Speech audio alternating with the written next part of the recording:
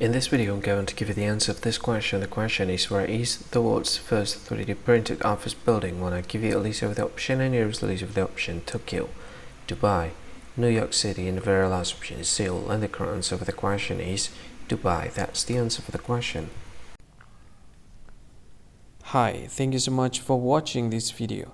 If you find this video is very useful, you can help this channel to grow by subscribing this channel.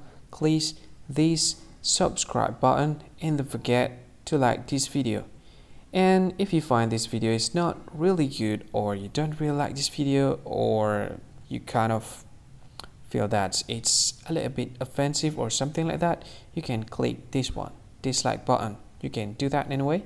And if you want to share this video with your friend, you can share it by clicking this share button, and you can share it to any social media that you wish that is currently available at this time, like Facebook, Twitter, LinkedIn, and many others, right? And if you want to add this video to your playlist, you can click this one. You can watch this video later, and you can find more options by clicking these three dots. And yeah, don't forget to subscribe. I think that's all of it. Thank you so much for watching this video, and see you again in another video. Bye bye.